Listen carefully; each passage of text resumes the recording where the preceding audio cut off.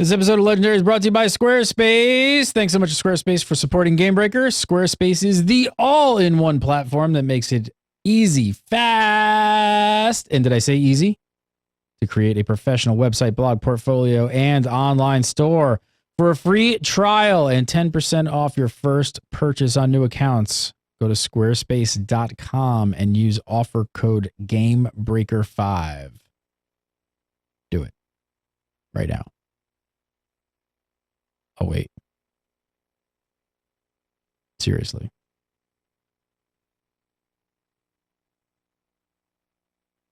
I'm waiting. Gamebreaker TV.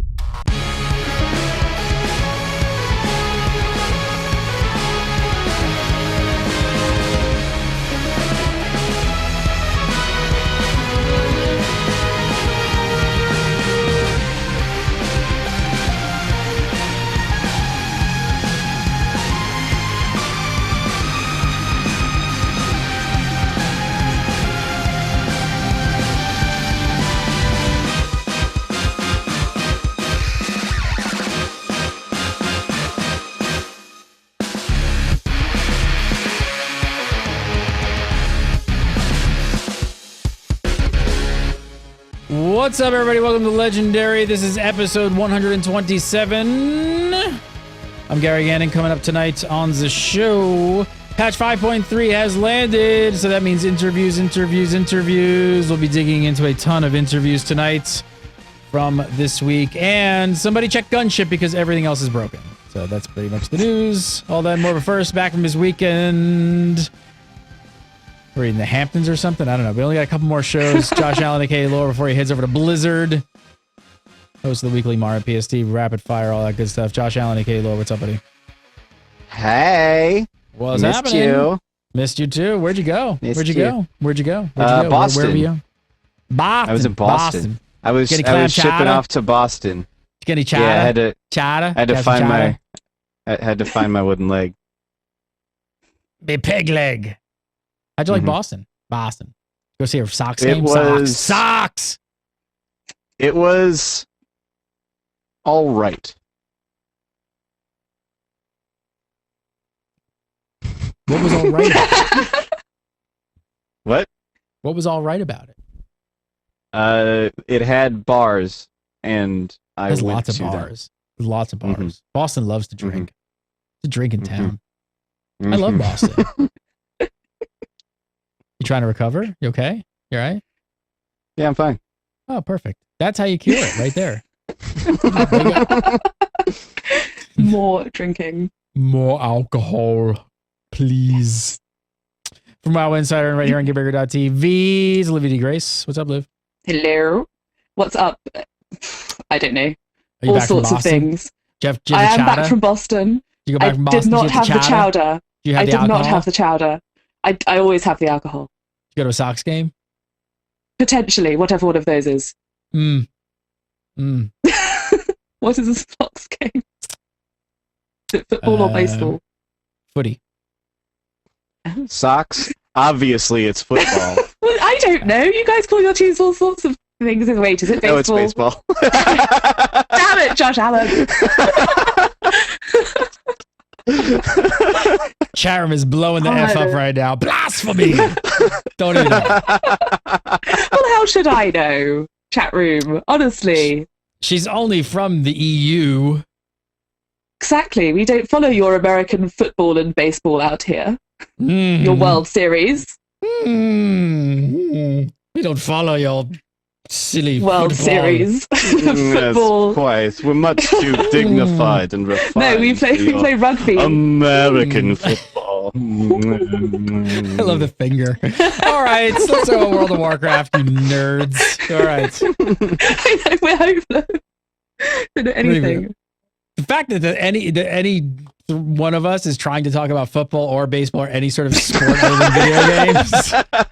We're destined to fail. This is a bad idea. Yeah, so I'm digging you guys right out of this right now because I'm gonna get buried. All right, so patch 5.3 launched on May 21st, 2013. I'm not sure why I have to tell you the year, just in case you weren't sure. Maybe you took a time machine over the weekend. I'm not sure, but Ton of new stuff in there. There's the outdoor dynamic content, Battlefield Barons. There's new heroic scenarios and a ton of PvP changes. So first up, you guys have a chance to check out any of the new content? What do you guys think? Yeah, I've done a little bit here and there. I did a ton of it on the PTR, trying to find stuff. And I've attacked some people in Barons and killed them and taken their stuff. I've also prevented some people from being attacked and killed and having their stuff stolen. And I've done all the heroic scenarios. So, yeah, quite a bit, I guess. You've been busy in the World of Warcraft. I have been busy. I've been playing computer games. Hence why you missed the terrorist who butchered somebody and chopped their head off in the street of London. Yes. Yeah. Yes, that's true. So video games are true. You're just mesmerized and in a trance for like a week, just like. If it's not on the blue tracker, I don't know about it. Yeah. Basically. World events. Blizzard, make that happen. Ashiok, make that happen. Put big world events. Please put it in the blue tracker so Olivia can stay up to date with her, global news. Global news. I'll see what I can do. I'll see what I can do. Thanks. You're a true friend. Thanks. Josh, what about you? Did you play some of the new content? So they came out with this new patch with new Brawlers Guild stuff and Battlefield Barons and everything, and there was one patch note I saw that decided what I was going to do, and that is reduced leveling XP. So I've been leveling my rogue and not doing anything new at all. Sweet. Came out. Then like, yep, nope, time to get the rogue up there. That's what this patch is for. But yeah, it's pretty good. I will get into. I've just mostly been really busy, honestly, like in the grand scheme of things. What with the whole moving across the country and everything, so I haven't had a chance to get into it too much. But I've been trying to keep up on things at the very least. If anybody's missed a previous show, Josh Allen is leaving the legendary crew. You got one more show in you, and then you're off to go work for the big evil empire, Big Brother, that is Blizzard Entertainment. I can't believe you're going to work for them. I'm such a traitor going to work at Blizzard because clearly it's a players versus developer thing. Dude, didn't you hear this week? They're gonna have like a camera, and they're gonna leave that camera on all the time and shit, and like just be watching me in my living room. Have you heard about that? Oh yeah, I mean, I can neither confirm nor deny any of these such allegations at this time. Have you tried deleting your WTF folder? I haven't tried that. Does that work? Does that turn the camera off? I will try to have an update for you on that soon. Okay. Yeah, because I'm a little disturbed by the announcement of the camera being on all the time. It's a little creepy. Well, it's a little intrusive. I mean, we could code in a feature to allow you to turn it off, but that would be very expensive. Some kind of offline mode. Because Blizzard are famous for having those. Seriously, what are you gonna do about the Xbox One? I'm just gonna put a sound machine next to my Kinect and a piece of black tape over it. My favorite thing about the Xbox One is the Twitter hashtag Xbone. Xbone. That's my favorite thing about the Xbox One. Because so far it's been frankly the only good thing about the Xbox One. That's why they've got dogs in Call of Duty. Oh my god, there we go. They're chasing down the Xbone. That was definitely the nerdiest joke of this episode by far. Yes. I can't even laugh at that. That was so nerdy. All right. What's the deal with heroic scenarios needing pre-made groups? Players don't seem to be particularly happy about this. No, it's so funny as well because players have been saying, well, I say it's probably not the same players. There's a lot of players that play World of Warcraft despite its untimely demise. And players have been saying for ages that, looking for group function is destroying server communities. It's making the game more antisocial. It's making the game more aggressive. It's making it worse. And then they're like, you have to find 3 people for a pre-made group for this. Like, what? We have to what? We have to spam trade? What year is this? What year is this where we have to spam trade to find a group of 3 people to do some content? But yeah, it's kind of a funny one because to me, scenarios don't fill that gap where you're sort of like, right, this is a serious thing. So we're going to get a serious group of serious people together and go and do these in a very serious fashion. They're the casual, I've got nothing else to do, random queue content. They're, that to me, that's what they are, what they're there for. They're there for quickly grinding out valor, trying to get some gear. They're not there for sort of a serious challenge. But I don't know, I'm a bit mystified by the choice, Blizzard's choice, as a future representative of Blizzard, Josh Allen. Josh quit. He doesn't even play World of Warcraft anymore. He's too busy. No, they actually don't allow me to play World of Warcraft once I work for Blizzard, God which, forbid, by the way, is a that. question that people have actually been asking me. And yes, I can still play World of Warcraft as the World of Warcraft community manager. Wait. Let's just back this up. Wait. I have to wait. You have actually been asked by a human being if Several. when you go to work for Blizzard, are you still allowed to play World of Warcraft?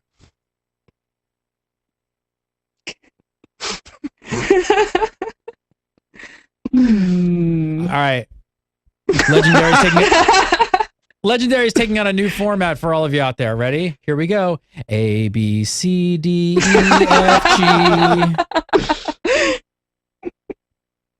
But no, the whole heroic scenario thing and having to find a group, I've just kind of been looking at the whole thing, and I've been doing the whole like old man thing and going, when I was your age, we had to find tanks and healers too, and we needed to spam trade for several hours before we could run entire mall and such things. It's like, okay, yeah, sure. Great. I get it. Scenarios before, the normal scenarios, they were all just random queue content that you just blow through in no time. The heroic scenarios are tuned to be a little bit more difficult.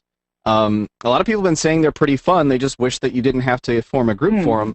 But I feel like the fact that you have to form a group for them adds even more value to them for the game as a whole. People have been talking for a long time about how there just isn't much server community left anymore in World of Warcraft. Which means that if you want the server community back, guys, there's got to be reasons for you to associate with other people on your realm. Interaction on the there's internet. There's got to be stuff that makes you do that. No, Josh Allen. We don't want that anymore.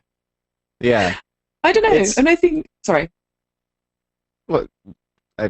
Go ahead. I forgot what I was saying. No, I was going to say, I think as someone who does a bunch of pug PvP, I don't feel that server community was dead anyway from a PvP side of things. And there's constantly people in trade pugging for arenas, pugging for rated battlegrounds. It's all the time. And that's just fine. But I think it's just the type of content. I don't think that the type of content lends itself well to this sort of more serious approach. You feel like because you just want to like jump in and kind of do it kind of quickly that you should also just be able to kind of create the group smash through some scenarios. I think there's merit to that. I do think that there's merit to that. I will read into what Olivia is saying here and assume that she means that she wishes they were 5-mans instead. That's what I'm guessing is happening here. Which, no, I totally agree. I think that scenarios ideally would be something that was purely queued content. It's just something where they sort of looked at this issue that we're having right now, where there really isn't any reason to, on the PvE side of things at the very least, for people who aren't into PvP, there really isn't any reason to pug anything anymore, because you'll just run LFR. Like some servers, I know there'll be people who pug 10-mans and stuff, but that's actually relatively rare to have a server that does that, at least with any regularity. So there just isn't much pug content that actually exists, not nearly as much as there used to be. So I feel like it's sort of running into this situation, where, okay, we need to figure out a way to make players group with each other. We need a way to force this. Challenge modes really aren't doing the trick. No. We can't just sort of crap out some 5-mans in patch 5.3 out of nowhere, but we have these heroic scenarios.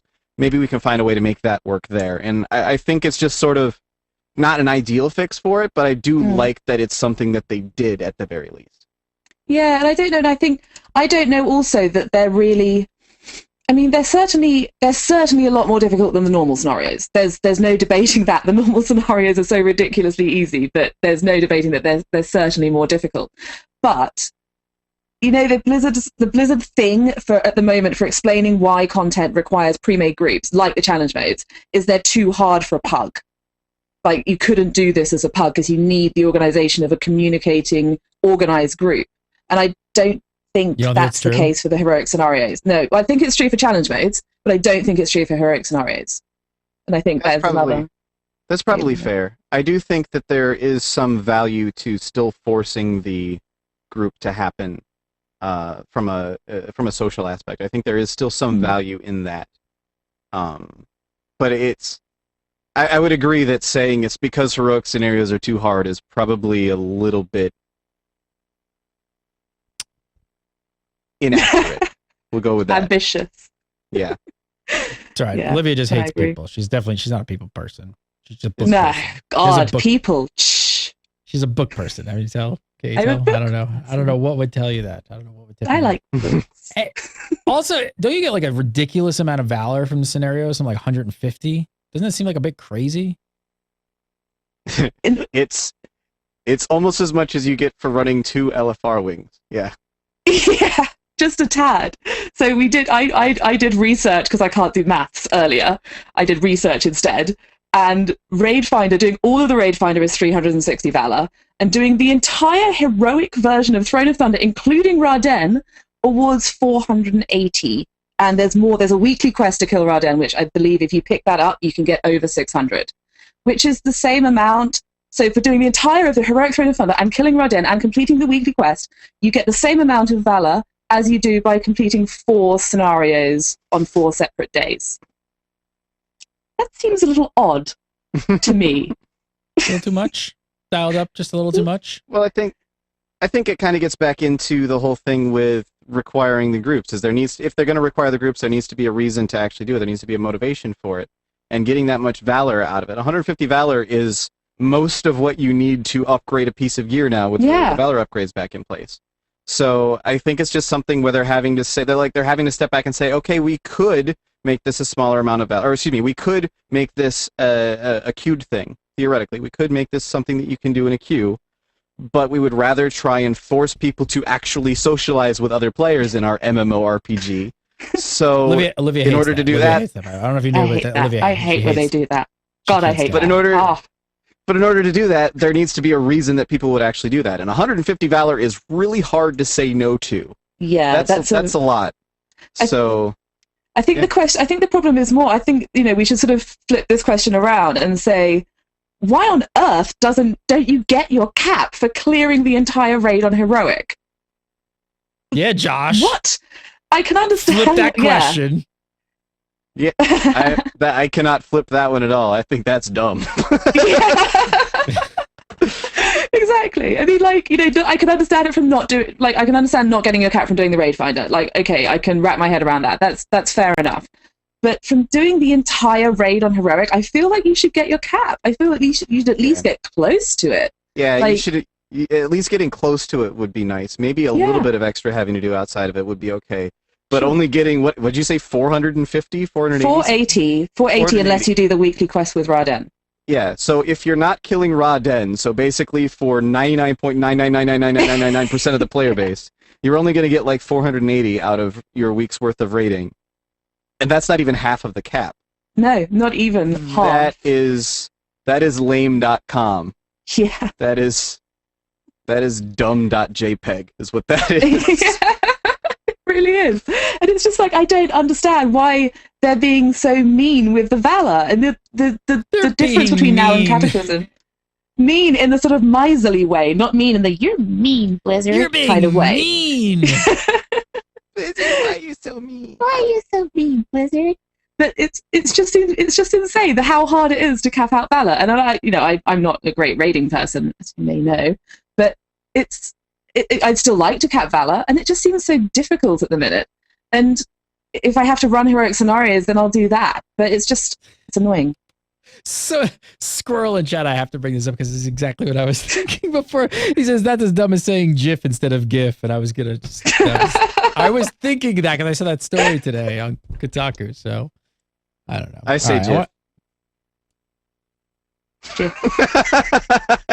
GIF is a floor cleaner here. I want to talk about how broken PvP is, but first, we launched a brand new website to the Gamebreaker network. This is not taking over Gamebreaker. We actually can have 2 websites. We're okay. Just like Josh is still allowed to play World of Warcraft. That's still the same game. That's still one.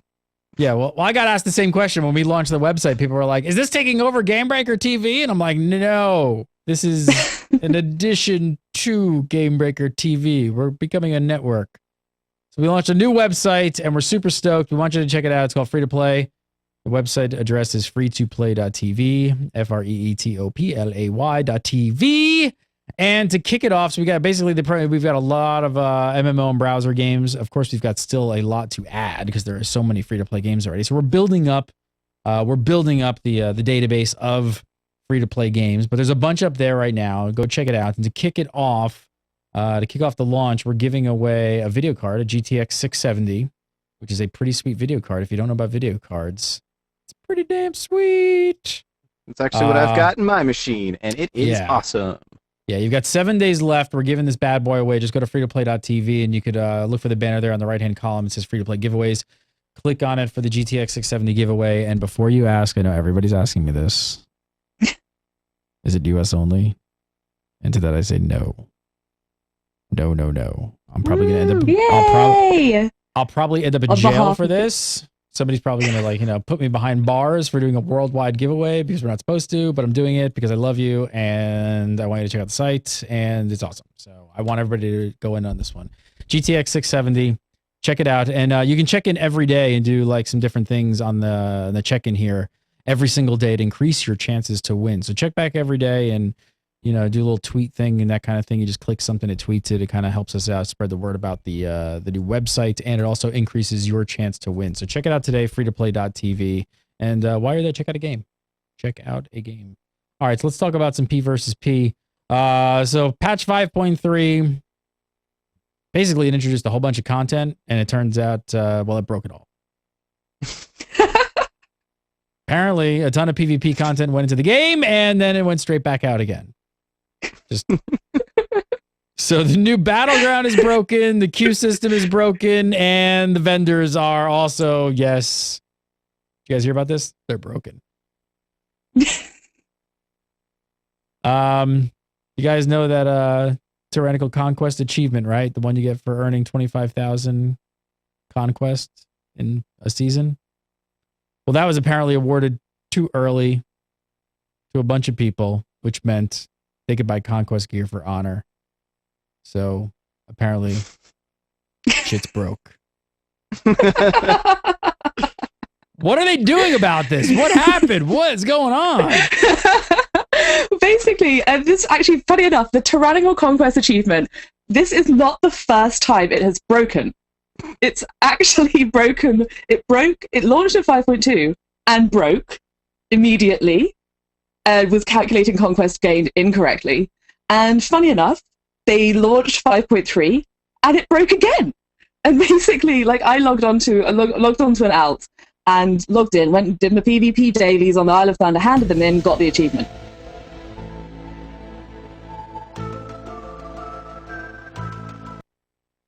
So yeah, trust no one. Is that the PvP does that also work for PvP is broken? Yes. The Holinka files? Yeah. So basically they were then having this problem where people who had earned way too little conquest in the season were able to get the perks of it, which is buying conquest gear for honor. And obviously honor is ridiculously easy to earn at the moment. Ridiculously easy to earn. So everyone was just like, whoa, okay, let's go nuts and buy all the gear. And so they was just sort of like, right, we've switched off buying stuff for PvP. We're very sorry about this. Shops closed. You can't have any. We've little bit broken it. Anybody check Gunship? Has anybody checked Gunship? Well, this is the question. We haven't had time to check Gunship. We've been too busy not being able to buy PvP gear. But actually, yeah, Brian Hillinker went onto Twitter and clarified that they've actually only switched off the vendor that sells the conquest gear for honor, rather than what they originally did was switched off all the vendors. People are getting gear. What's going on? Turn off everything. Just shut them all down. So Daxari went onto the forums and said, "We've just turned off all the tyrannical gear vendors. Sorry about that." And then Lincoln went onto Twitter and was like, "Wait, actually, it's just the one that sells it for honor." Yeah, I can just see Brian Halinka is down in a trash compactor. And he's like, I need you to shut down the Tyrannical Conquest vendor that sells PvP gear for honor. And then somewhere upstairs, C-3PO is like, no, shut them all down! Shut them all down! That's exactly what just happened. Yeah. That was a really good C-3PO impression. Oh my goodness! That was really one good. wasn't as good. No, it No, it wasn't. should have You're thinking stopped. about it too Should have much. quit while you were ahead. What? What went wrong with the queue system exactly? Oh yeah. So there was some sort of glitch where people were just getting lost in the system.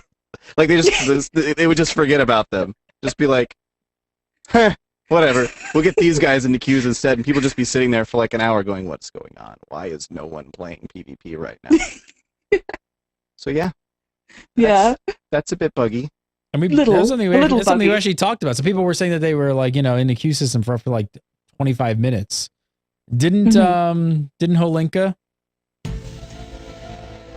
say to us on Monday that this shouldn't affect queue times? That he did. I think he assumed it shouldn't. I believe he may have assumed it would be working. That was probably a pretty good assumption. But I assumed this would be working. So that may have been where the error occurred. Was it actually working? It's not currently working, and I think actually, funny enough, a similar thing happened on the. I believe a similar thing happened on the PTR where I queued for 22 hours in total to get into that battleground and test it, and the queues just weren't working. They weren't popping for some reason. Oh, good, there's a bird, and they were just not going off, and I don't know why. And there was a bit of a to and fro on Twitter about it with various people who were suffering from the same thing, and it was just sort of. We're not sure. We're not sure what's going on here. You should be in a battleground. And then this is what the net result of being in a queue for 22 hours should be, that you're in a battleground. And yeah, but I think, I still, once they get it working again, once it's actually going, I believe it will not then increase queue times. Should not. For Working noises. as intended. Yeah. Tweet. Sorry about the birds, but yeah, it's a bit of a crazy situation. So many chats just yelling at the bird. Bird, PvP's broken. The queues don't work. Bird, fix it. Bird. Bird! Bird! That's a really noisy bird. It is.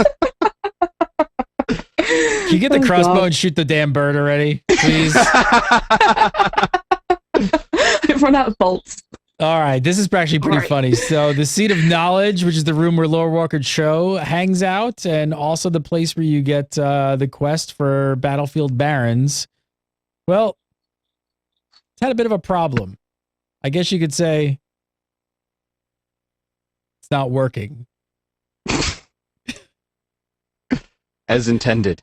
So the room is contested, so you can PvP in there, and there's no graveyard.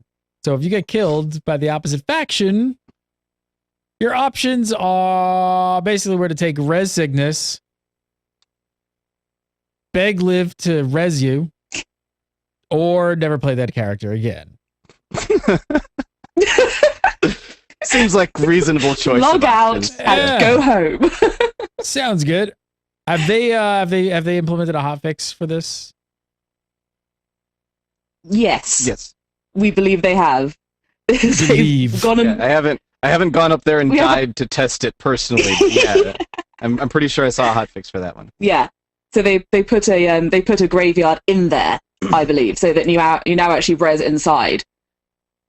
No, Is no, that right? that was where they Oh added no, that was yeah, a they- proposed. Oh, no, you're right. They did it the other way. They ended up adding it so that you actually get a spectral wyvern or a spectral griffin when you die now, and so you actually, this is like the one place in Pandaria now where you get a flying mount when you die, so you can fly back up in there and then res once you're back up in there, which is something they said they never wanted to do. But that's something that players have been So- asking for a ton, right?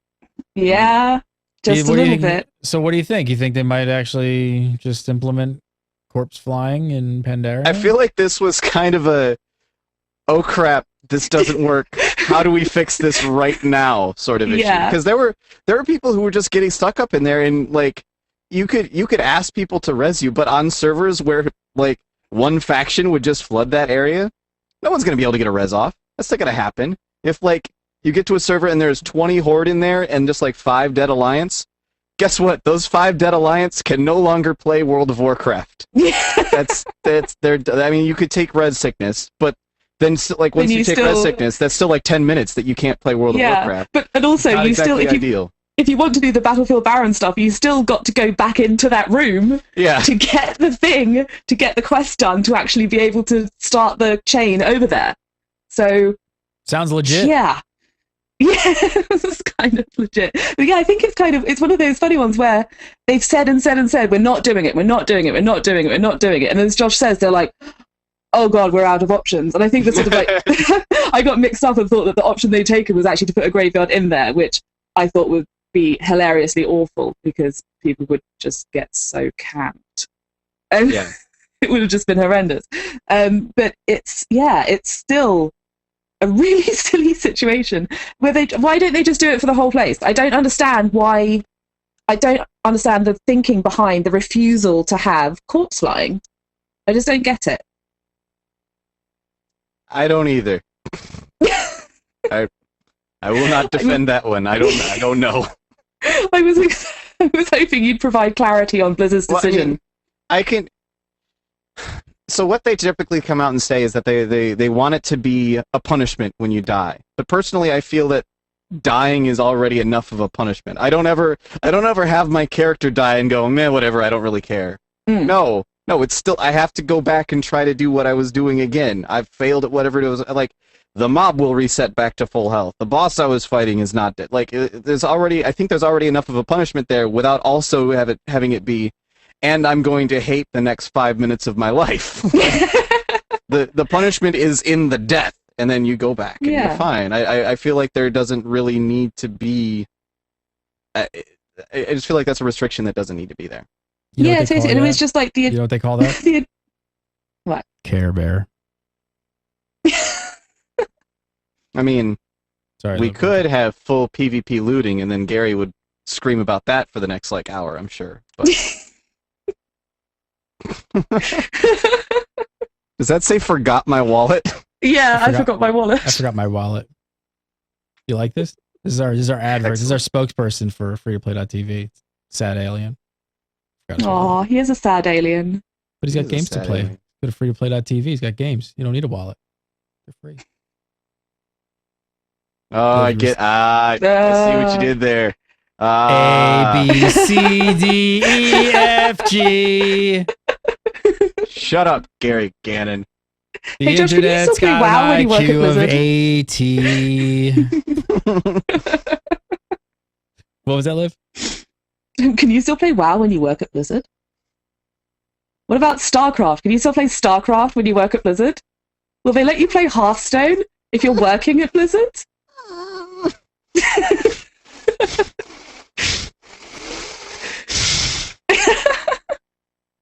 One thing I bet you they'll let you do when you're working at Blizzard is create a website. And you know the best solution for creating a website?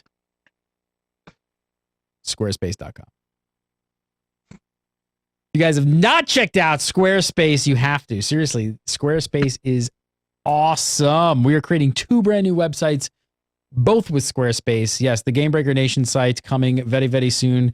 All built on Squarespace. What is Squarespace? Do you guys have any idea? You guys ever used it? You ever used it? No? I'm going to tell you. I have heard that it is a site where you can create a professional website, blog, portfolio, and online store. Is that correct? Oh, let me explain it to you. No, seriously. Like, a lot of people out there don't know how to create a website. Like, it's tough business. Like, it's not easy. I don't know if you've ever tried to, but, you know, if you're not a programmer and you don't have, like, experience with that, it's all kinds of crazy shenanigans to get a website launched. So you go over to Squarespace and you sign up and you literally click a button. This little gear spins. And it's like, boom. Like 10 seconds later, it's like, you have a website. Everything. Hosting. The whole thing. The whole 9 yards is all set up. You pick a template. Their templates are phenomenal. And then you just start going away, just doing some editing on it. You can change out the images. You can change out, everything is like drag and drop, easy to understand. You know, everything is laid out for you, like really in an awesome, intuitive manner. And really, you can get an amazing, amazing looking website within like an hour. I mean, the Gamebreaker, I put this was about, we have more than this, but this is maybe an hour's worth of work. Like this is nothing. Like, and the other thing that's awesome about Squarespace is that their new engine, if you guys haven't checked it out in recent times, they have a new engine. And basically what they did was they implemented all the back end for people who do know what they're doing with websites and who really want to get into the nitty gritty and kind of really customize. You're not going to be hampered by anything. You can get in there and start doing CSS and HTML. And if you know how to do that stuff, it's available for you to manipulate and work on. So go check it out. They're a sponsor of this episode of Legendary, and I'm a huge fan of Squarespace. All you got to do is go over to squarespace.com, and on new accounts and first purchases, if you use the offer code Gamebreaker5, it's Gamebreaker with the number 5, we're going to give you 10% off of your first purchase on new accounts. So I highly recommend it. You guys want to make a guild website, personal website, whatever you want to do, a blog, I'm telling you, Squarespace, you're going to be blown away. There's a free trial up there as well. You want to check it out. Check it out, because I mean, it is a phenomenal service. Next up, so we sat down earlier in the week with Brian Holinka and Greg Street on Monday, and we talked about a bunch of new content that was coming out in patch 5.3. And one thing that had come up on the interview was the discussion of Battleground Matchmaking. Aside from the queuing system, the devs had previously spoken about other things like gear-based matchmaking or matchmaking based on rating. Greg and Brian in the interview, they seem to feel that those wouldn't be necessary and the other changes would be enough. And I have to ask, I'll put it up to both of you guys. Do you guys agree? It works. Like, I think step one is they need to get the queues working properly. We'll see how things go from there. I do agree with a lot of what they were saying, because they were talking in the interview about how, like, where do you fit it in there? Do you then end up with these weird, like, oh, I got queued into a game where everybody else is super high on the matchmaking rating? Or is it something where it's like, okay, I want to get as close to this high end of rating without going over as possible, because as soon as I go over, then I'm going to get matched up against, like if they had matchmaking brackets and such. That's something that you tend to run into, and it can be really frustrating in certain other games. So I can see the concerns about something like that. I do think that there's probably valid reasons to look into something like what they're doing with the healer system, because the healer system, the way it's supposed to work, is it just sort of keeps track of how many healers are queuing up and balances things out. So if there's enough people that are queued at the moment to have 3 healers on either team in like a Warsong Gulch or something, it will put 3 healers on either team. If there's enough to only have 2 healers, it won't put 5 healers on one team and then 2 on the other. It will hold a couple of those healers back and put DPS in that place instead. Or it will wait another minute or so to see if there's more healers that can queue up for their team. That's all that's really doing. And there's so many people that are queuing up that, generally speaking, the wait for another person to queue isn't that long of a wait. If they could do something like that with rating, where it's something like, okay, the highest rated person in this group is 2,200, we'll try, or excuse me, the average rated person in this group is around 2,200 or something like that, which, by the way, that's a ridiculous rating. I should back that off a bit. Around 1,500, we'll say, is the average rating of the person in this group. We won't then drop in someone at 500 rating or something and someone at 2,200 rating in that same battleground, so that these guys are way outclassed. I don't like the idea of gear-based matchmaking. I think that's too open to abuse. Like, oh, I got into the battleground, time to switch on my gear or something like that. Or I got into the like if they locked it so you can't change gears, like, oh, I got into the battleground and I forgot to equip my PvP trinket. Balls. Like, that would suck. But I do like the idea of at least looking at people's ratings and trying to make sure that when you queue into something, that it's somewhat balanced out like that. Yeah, definitely. I don't know. I've always sort of, when I first started doing PvP Battlegrounds, I had just assumed that they'd have some additional matchmaking other than, did you queue for a Battleground, A yes, B no? And that there would be more taken into consideration than that when you actually got lined up against another team. It sort of always seemed a little bit odd to me that there isn't some consideration there towards gear. And I mean, I think the question is whether the new changes with the PvP resilience being a baseline stat now, whether that actually does enough to remove the need for any kind of gear-based matchmaking. Because to me, that's the thing And the rate, I was really surprised when they brought up rating in the actual discussion originally, because a lot of the people who do a ton of random battlegrounds and are actually really pretty well geared, some, I don't know whether it's I'm going to tell you a percentage, but certainly on like PvE servers where there's less sort of hardcore PvP going on, they are, they're not rated. They don't have much rating. They're sitting around the sort of standard issue 1500 or whatever, MMR 1500, maybe a rating of nothing, and they're doing random battlegrounds. But the gear, on the other hand, they could be wearing amazing gear because they've just been grinding out the random battlegrounds day in, day out until they've got the very, very best gear. And you put a full tyrannical conquest geared person in a random battleground against people who are in PvE gear. Sure, the people in PvE gear are no longer going to be dying in 2 globals, but that person is still going to be like a freight train in a poppy field. It's, they're going to be doing so much more damage than other people. And I think that that's the thing that really damages people's experience in random battlegrounds, is this feeling of being completely outclassed by gear. And so, yeah, it's going to be one of those wait and see things about how powerful PvP power is compared to the baseline resilience. And we'll just have to see. But I don't know. I don't think... I'd still like to see more.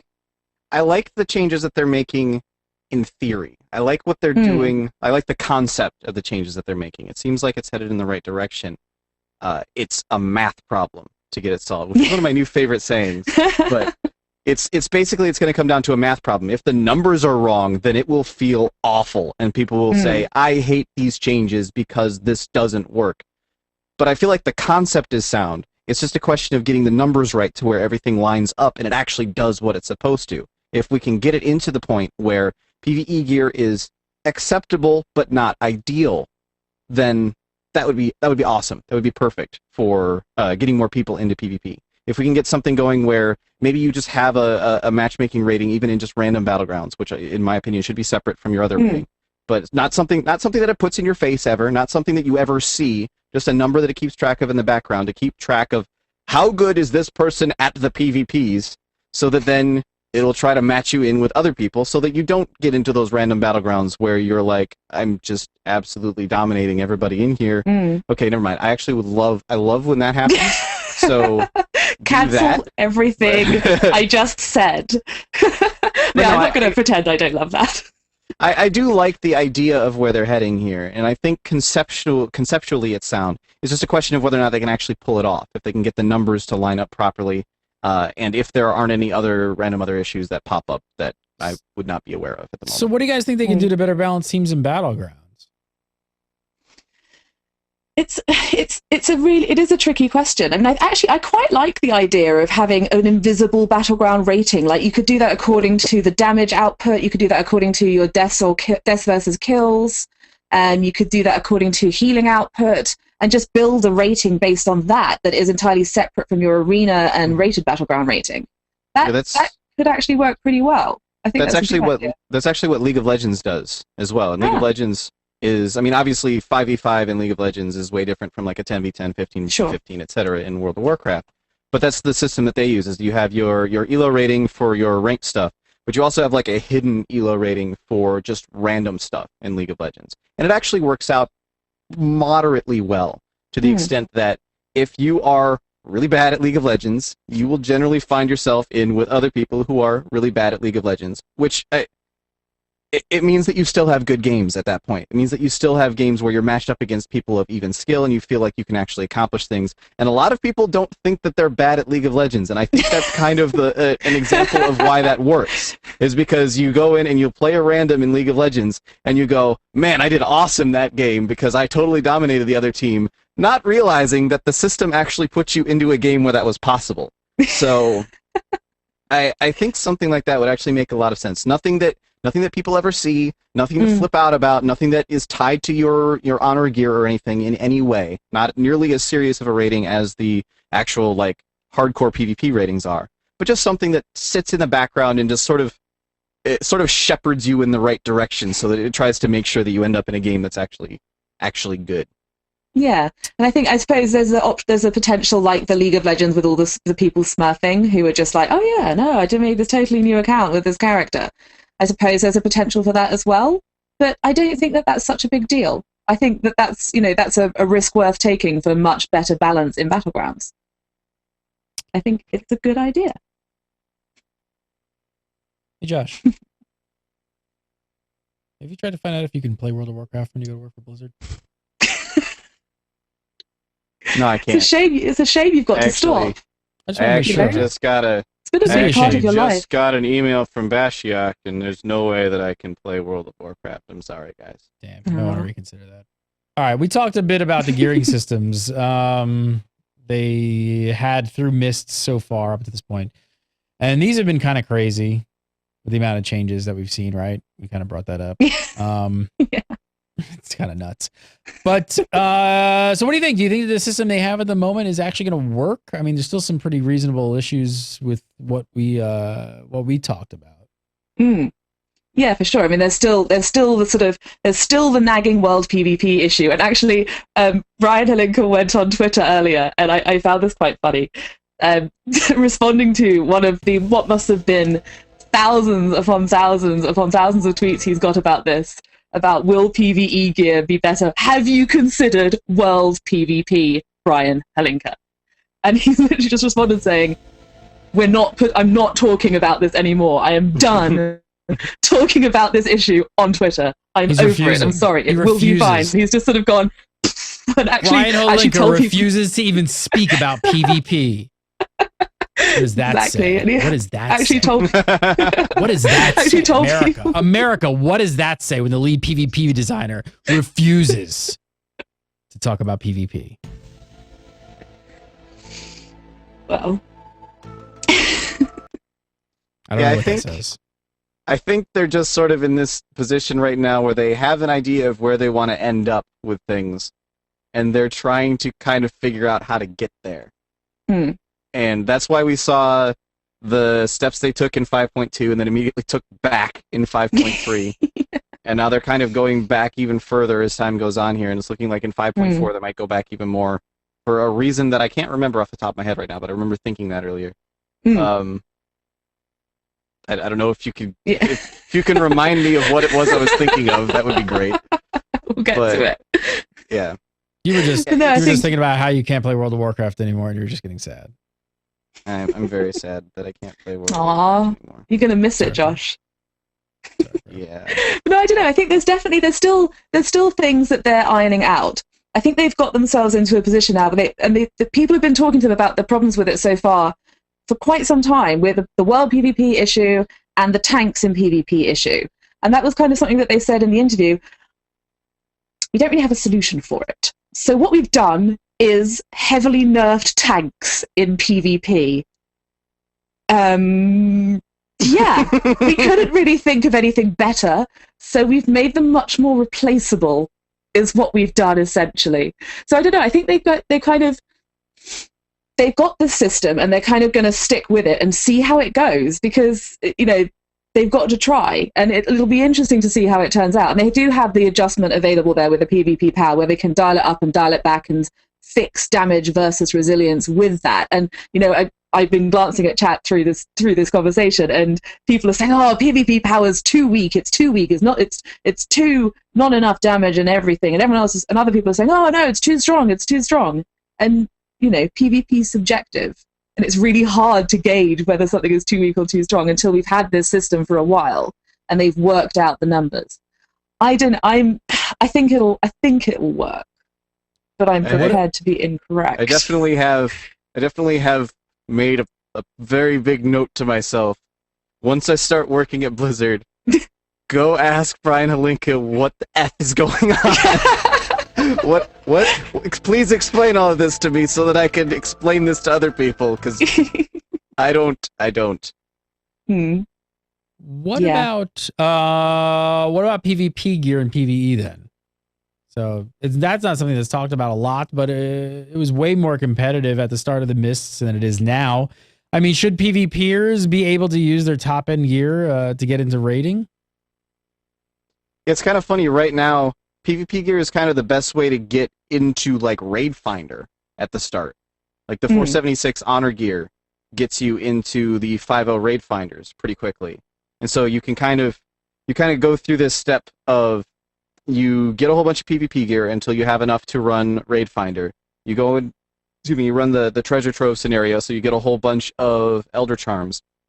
Then you go run all of the 5.0 Raid Finders, and you use charms on like every single boss, assuming that you get enough of them. And then by that point, you're probably ready to get into Throne of Thunder LFR, or at least relatively close to it. And you could do all that in the span of like 3 days if you really like work hard at it. So it's really good right now for getting started once you hit 90. But then later on, it's like, okay, the maximum your item level that your gear is now 496, which is way behind Raid Finder. It's enough to get you into Raid Finder, but it seems to be a little bit behind where the PvE gear is right now with the resilience change, where you can sort of, well, I don't know, I guess missing all of that PvP power would be a pretty significant disadvantage if you were to just take a raid geared character and jump into a raided battleground. That would be a pretty significant disadvantage. So I don't know.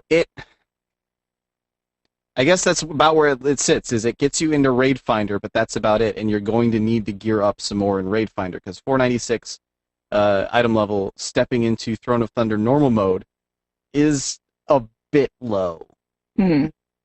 Yeah, it's definitely a bit on the low side. It's Raid Finder is 502, I believe, if I'm correct. So it's 6 item levels behind Raid Finder. And that's, I suppose it's not the end of the world, but what kind of, and again, I suppose it's a matter of perspective again. As someone who PvPs a lot and also raids, it's galling to me that my very best gear, the best gear available to me as a PvPer, is worse than the sort of starter gear for raiding. And it's sort of, if the opposite were true, if the raid gear was worse than the honor gear for PvP, then I suppose it's okay. But I'm not sure. They haven't really been that clear now with the sort of subsequent changes as to how the gear stacks up against each other. But I miss the early part of Miss where I could just gear myself completely through PvP and stroll into raids. That's the long and short of it here. And I would like them to sort of, I don't know, just maybe consider increasing the item level a bit of the Conquest gear, so that it wasn't, like, move that scaling point up a bit, so that it was actually just, a bit, like, even with Raid Finder. That's what it used to be. It used to be even with Raid Finder. And I think that was good. I missed that. Blizz will consider making the game for Olivia. Yes, if they wouldn't mind doing that would be just lovely. I mean, it's kind of where... That is kind of where raiding is right now. Like, if you look at it from the opposite perspective, taking a raid-geared player and jumping into PvE now with a resilience change, or excuse me, we're jumping into PvP now with a resilience change, isn't really that bad. The gear isn't very far behind the PvP gear. PvP gear. It is behind. I see people in the chat room saying it's better. No, it isn't. It's literally the same stats plus PvP power on the PvP gear. So if you look at, I can have this amount of stats, or I can have this amount of stats plus 40% extra damage to players. There you go. Stop this. This is dumb. This is not math. You're very bad at this. Yeah. But A, B, C, D. Yeah, exactly. And people keep mentioning trinkets. The trinkets have been nerfed to hell, and they don't proc in PvP. They don't Stop this. But anyway, sorry. That's my rage moment of the day. But it is at the point where you can at least step into some PvP and do all right. You can beat bad PvPers in your PvE gear, which that might be what people are having a hard time with. But it does feel like it doesn't quite go in the other direction quite as well, for sure. And I think there's an element there, and I know that one of the things they mentioned in the interview when we asked them this question was that they didn't want a situation like they had in 5.0, where people were able to just grab the malevolent gear and completely leapfrog the raid finder and just stroll straight into raids with a better item level than they could from the raid finder. And I mean, okay, fair enough. God, I suppose that's reasonable, but I don't know. And it's because that's my primary method of play, and it feels now, because people who PvP are really paranoid about having to PvE for better gear because of years of that being the case. We're really sensitive about it. And now it just seems like, to PvPers, it seems like PvE players have got a free pass to waltz straight into PvP with their raid gear. and it's not really working the other way.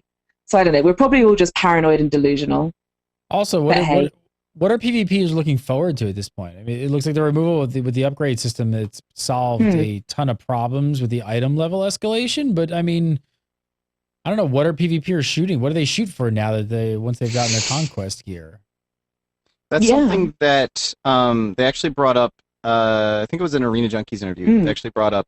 They were talking about they need to come up with something else for people to spend conquest gear on once they've gotten all of the conquest points on once they've gotten all their conquest gear. There's some options there, and I think actually one of the other things we were going to bring up is that elite gear would probably be coming back in 5.4. That's one thing. I would love to see something else to spend conquest points on at some point. So maybe that'll be it. But even that, like, I feel like the elite gear, like the purely cosmetic elite gear, isn't enough of a motivation. People want to have some actual, like, carrot on a stick to chase after, and I feel like the cosmetic stuff just doesn't quite, especially when it's just like a slight recolor. Like, I don't really care if the gems on my, like, the little pictures of gems on my armor are pink instead of purple. It doesn't, I don't care. That's not a thing that I am interested in. Yeah, exactly. And I think there's definitely there's a tabar, there's a weapon enchant, and something else, a gem maybe, that you can shoot for with your gear, and some of those have rating requirements attached to them, which I guess encourages you to pursue rating.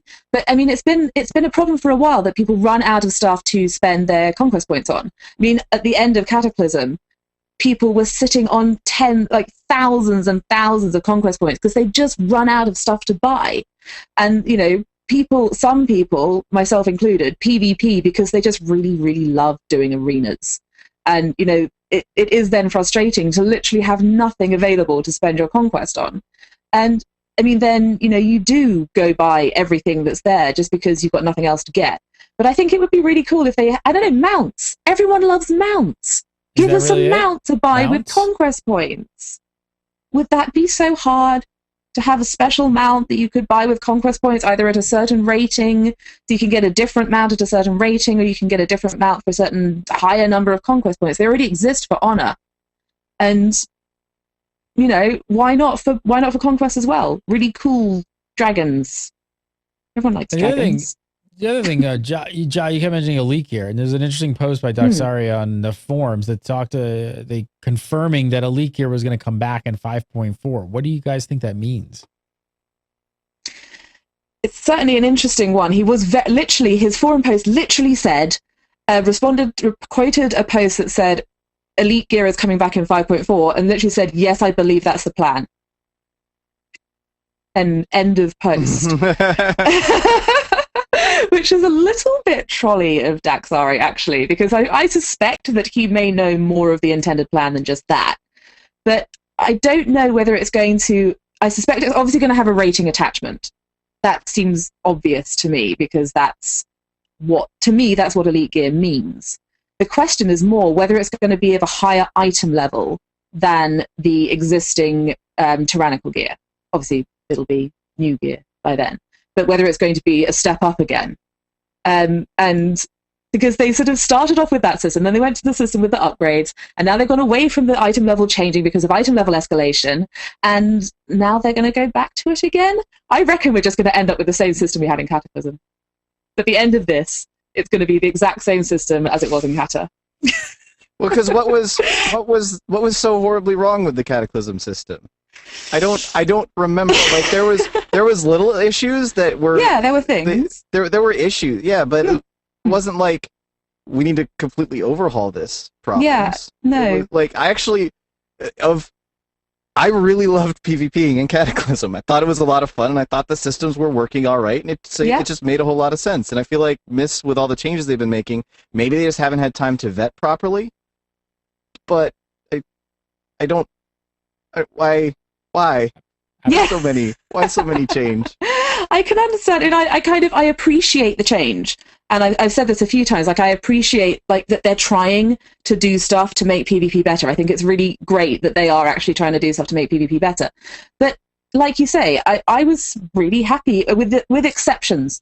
Taragosa's stupid rest, or whatever that stupid staff was called, that staff can go and die in a fire in Cataclysm. That was awful. That staff I'm so bad at season numbers. The season in which the Fireland season of Cataclysm, that staff was horrendous. I think that was 9 and 10. 9, 10, yeah, that sounds about right.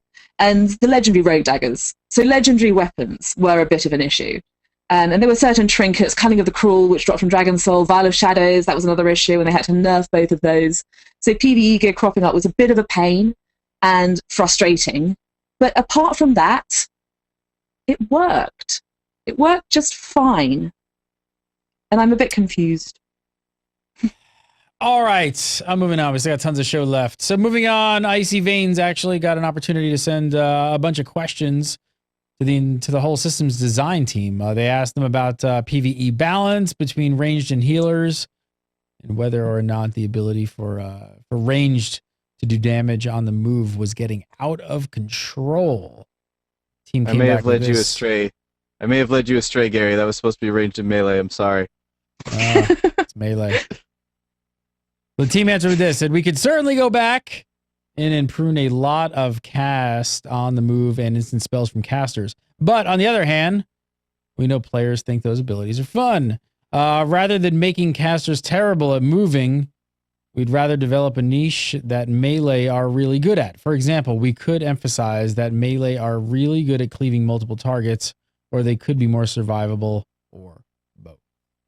I don't know. Would something like this actually help melee be more attractive to raid teams? What do you think, Josh? So melee in Throne of Thunder has been a weird thing where it's not that they're bad, they're just not quite as good, if that makes sense. Like, melee do competitive damage, it's just harder for them to actually deal that damage because of all the moving around. So, someone was telling me, Teddy was actually telling me yesterday that they had they killed, his guild killed Raden, and they had a really melee-heavy group. And they weren't able to, part of the fight is that there's these balls that spawn, you have to kill one of them before it gets to the boss. And since it's like on the other side of the room, melee can't really realistically get over there and do reasonable damage to it before it gets across. So they ended up like having all of their rogues spec shuriken toss and just be crappy range DPS to kill the ball before it could get over there.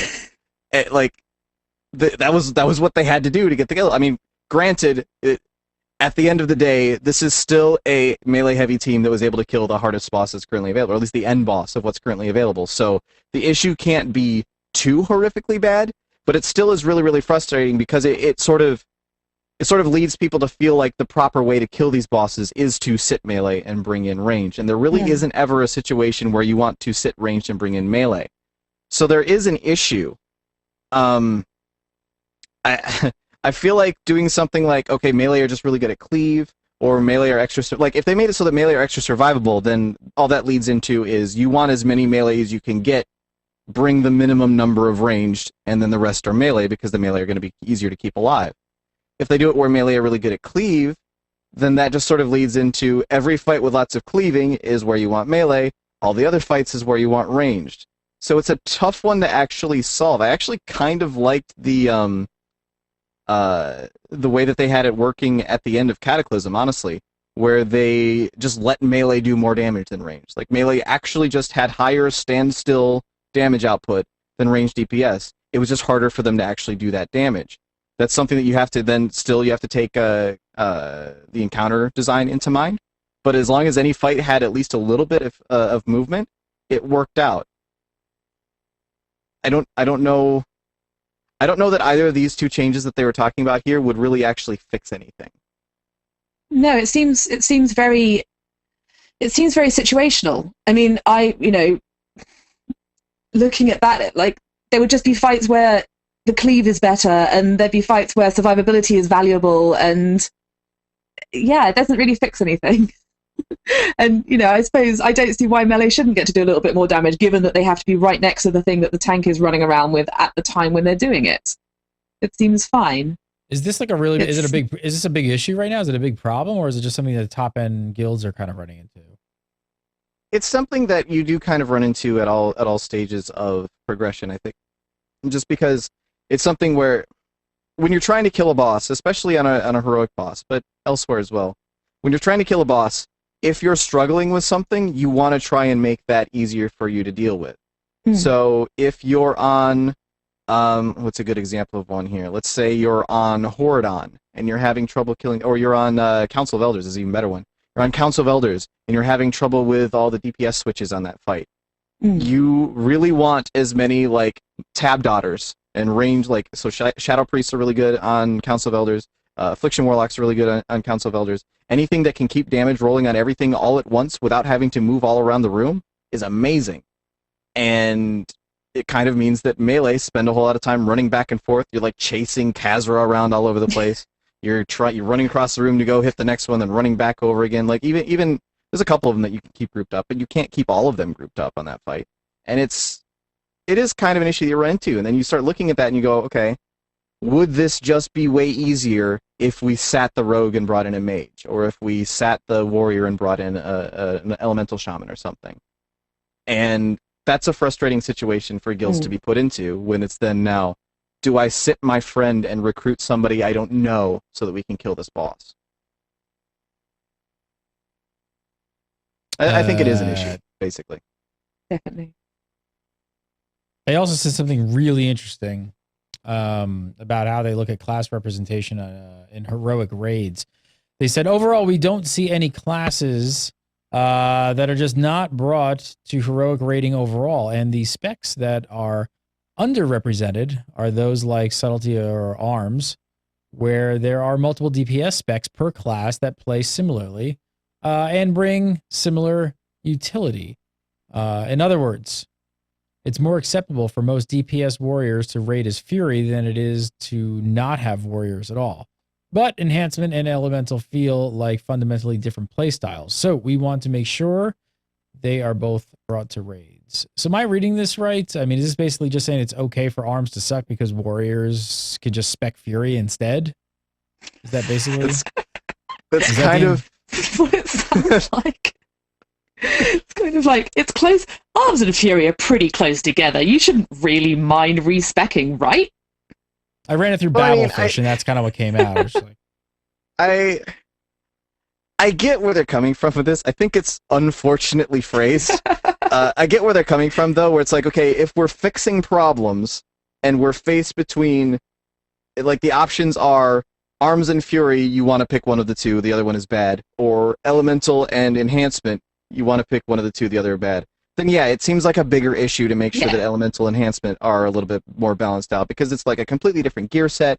One's melee, one's ranged. It is a completely different play style between the two. Whereas Arms and Fury, they're different, but at the end of the day, you're just still hitting things with other things. Either way, that's your job. So I can see that. I still think it's really, really unfortunately phrased. Yeah, it's not a good thing to say to someone who is habitually one of those specs that they were just like, well, close enough, right? Yeah. Sorry that your DPS sucks, Arms Warriors. Why don't you go ahead and spec Fury instead? Exactly. But no, I can totally see where they're coming from with Shaman. How do you think they determine what actually makes a playstyle fundamentally different? Yeah. Goes into that? Yeah. Where do you draw the line between different enough to be fundamental? I mean, Enhance and Ellie are fundamentally different. One is a caster, one is a melee, one's agility gear, one's intellect gear.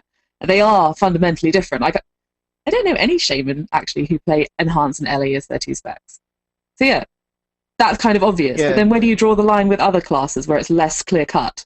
Yeah, I mean, it's probably relatively easy to say that if the gear is different, then it's fundamentally different. And I know that there's going to be like stat weight differences between an Arms and a Fury. At least I think there's stat weight differences between Arms and Fury. I imagine that the best in slot sets are not the same identically. Is there not a weapons difference, or did I make that up? Well, no, you can... I actually don't know off the top of my head right now if Single-Minded Fury or if Titan's Grip is better right now, but you can use your two-hander from Titan's Grip in your arm spec if you really want to, and vice versa. But still, though, like that kind of gets into part of it, though, is that at what point do you say, well, no, Arms and Fury are actually just really, really ridiculously different in terms of how you play them. The play style is certainly going to be very different. Like, you could say, for example, like on my Warlock, I use the same gear I've got a little bit different stat weights if I were to go I think Demonology right now has different stat weights, but Affliction and Destruction are close in terms of which stats you want. So I can swap back and forth between Destruction and Affliction all day in my same gear set. Maybe I need to change Reforging or something between the two, but it's not a major problem. But they're still fundamentally different playstyles, I would say. Destruction is all about nuking and hard casting and spamming your big damage spells. Affliction is all about managing different dots. That feels like a fundamentally different way to play the game to me. It's still doing ranged caster DPS, but it still feels very, very different. So I don't know. It's definitely a hard sell, I think, to say, like, to tell an arms warrior, you're not fundamentally different from Fury, so your DPS sucks. Sorry.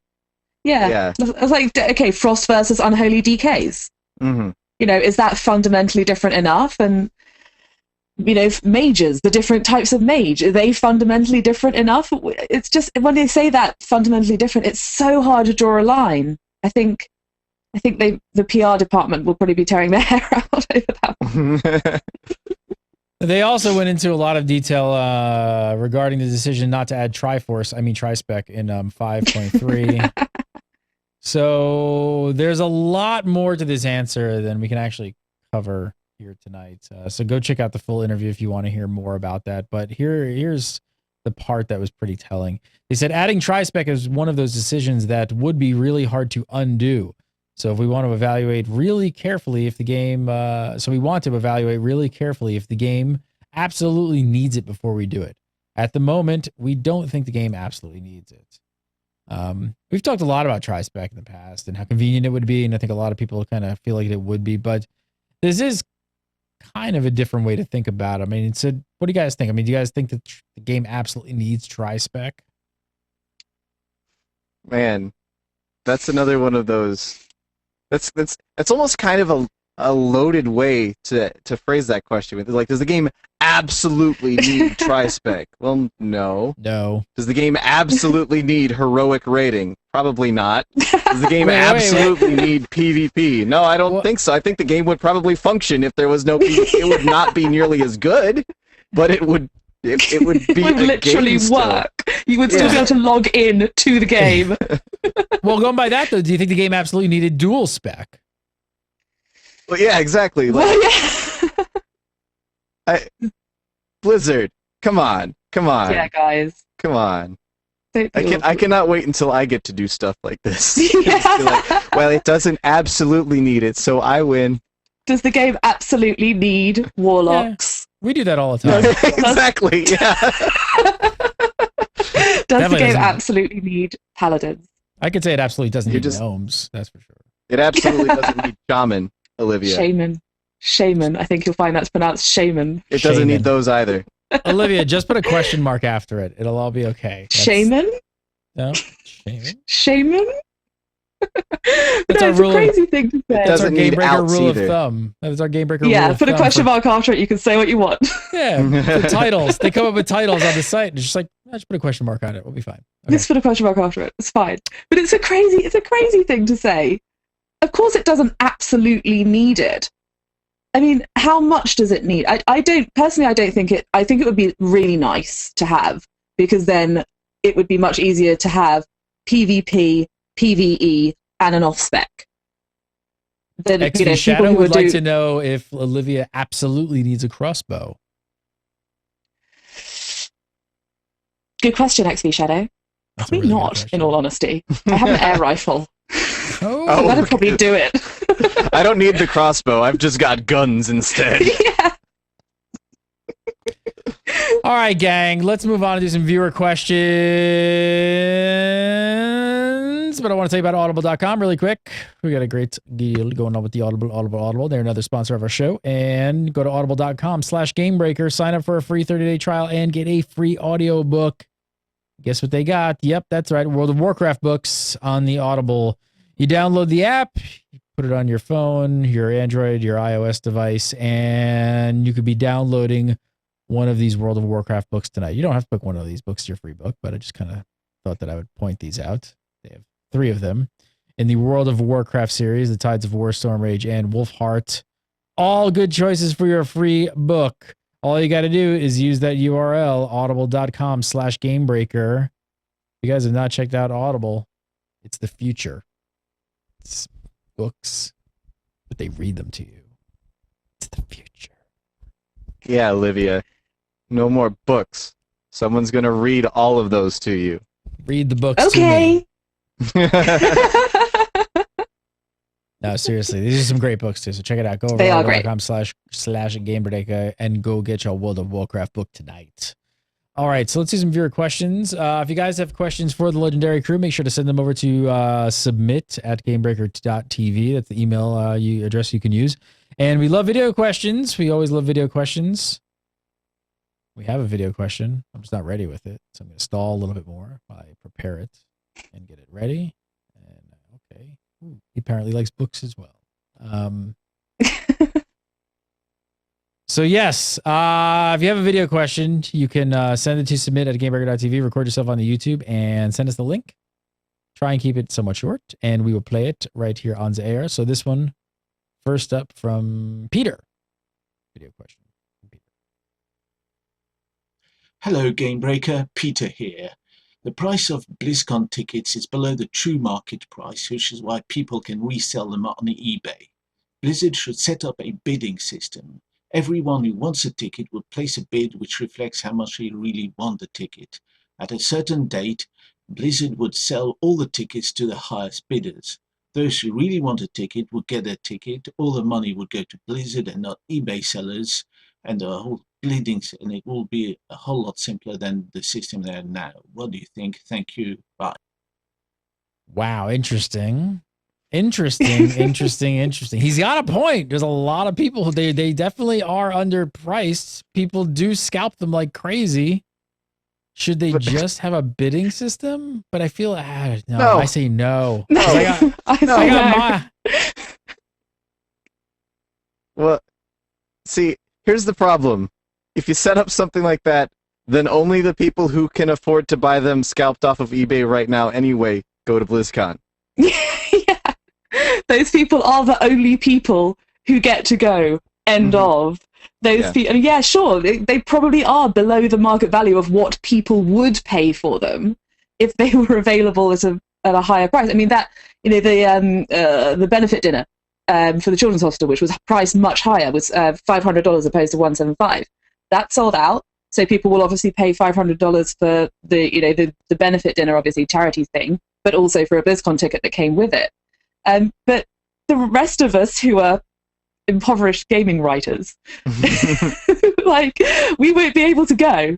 None of us will be able to go because only the people who can afford a lot more will get tickets. Yeah, and a lot of people get them at that face value price. I mean, I know a ton of people who actually got tickets at face value. So you're right. I mean, you got to at least offer them at face value for people at a reasonable price. Because if not, they'd be selling for like $600 or $700 a ticket, which would be out of control. Yeah.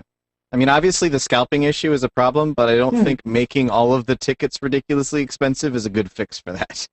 No, they do better to put more controls in place. However, you'd go about doing that to avoid to work on fixing the scalping issue. And I think they do it already, but more of that. All right, next up, do you think Blizzard will continue the farm in future expansions? Maybe not Sunsong itself, but will add future farms with the same or similar layout of growing mats and or veggies. Josh, I know you're a huge fan of the farm. What do you think? I don't know. I could see something like that coming back. It's obviously been something that a lot of people are very into.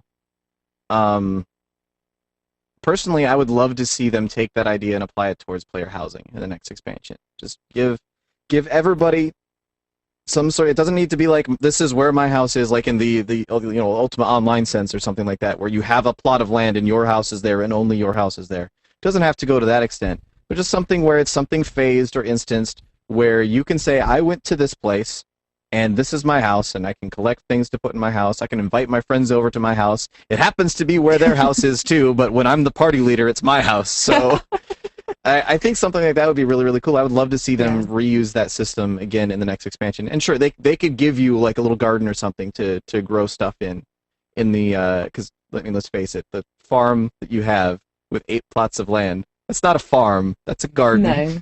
That's what that is. Yeah, they can easily do that elsewhere. Liv, do you need a new place to grow your weed? I do, actually. It's funny you should mention that, Gary. I do. I'm all out of land around here. It's completely packed. No, I don't. I can honestly say that I have not farmed at all in this expansion so far. But if they did a player housing thing, I might go for that. So, yeah, I don't know. I can kind of see the farm being a pure Mists of Pandaria thing, just because of the sort of pastoral feel of Pandaria and the whole Pandaren sort of, the cooking and the farming and that kind of thing that they seem to be pretty into. If we had the Burning Legion coming back in, Outland or further Outland, as someone said in chat room a while back, which really made me laugh, would a farm fit in so well there? Where would they put it? Would it be in Pandaria still? I'm not sure. It'd be where we'll have an awesome little Outland farm where we can grow little demon plants. That'll be great. Oh, that would actually be really cool. Last up this week from Greg Kiskin. He says the recent Twitter discussion prompted by Ghostcrawler about vengeance and tank DPS left me wondering, why not? Should the singular focus of the boss be the biggest badass in the room? That's logical, not very fun. It's like, okay, sure. Logically, it would make sense if you are a big badass boss, you want to kill whatever the scariest thing in the room is first.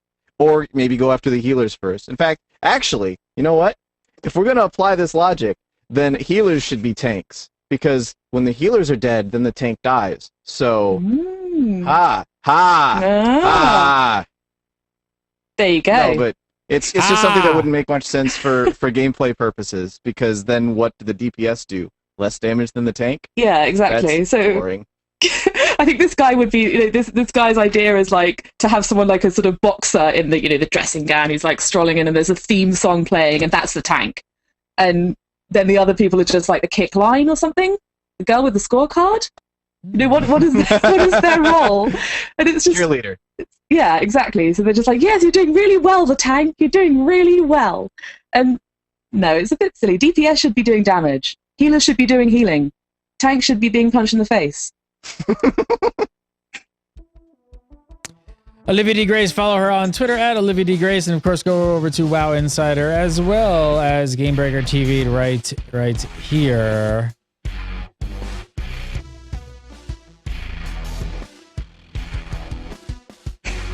Hi, still here. Josh Allen, aka Lore, follow him on the Twitter at Devilore.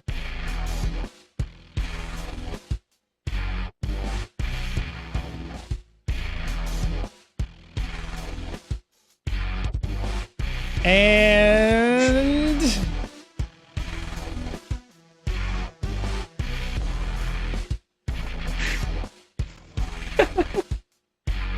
go to freetoplay.tv.